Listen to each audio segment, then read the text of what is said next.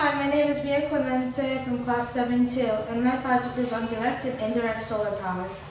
My research question is, how does direct and indirect light affect how much power a solar panel absorbs? My hypothesis was that the direct light would be more effective in producing power than the indirect light, since it would not be covering all the solar cells. The materials I used for this project were a solar panel, a light source, a tape measure, a multimeter, a protractor, and a notebook for recording my data. The first thing I did was take the lamp and put it on one side of the table. Then I took the tape measure and measured it out to at least 6 or 7 feet. And then I set up the solar panel on the opposite side. I began to do my procedure by turning off all the lights, and then began to move the lamp back by 1 foot increments.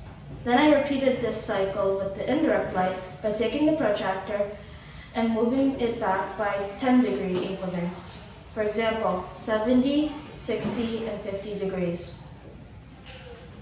In conclusion, my hypothesis was supported by this experiment because it showed me the closer the lamp was to the panel, the more effective it was in producing power.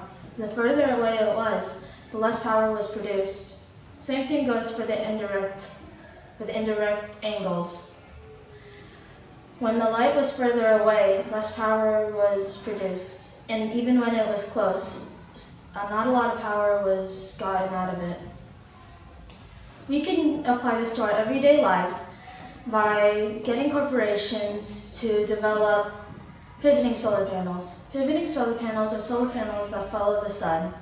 By doing this, we can see how solar panels would get more power out of one day rather than if it was just facing one direction.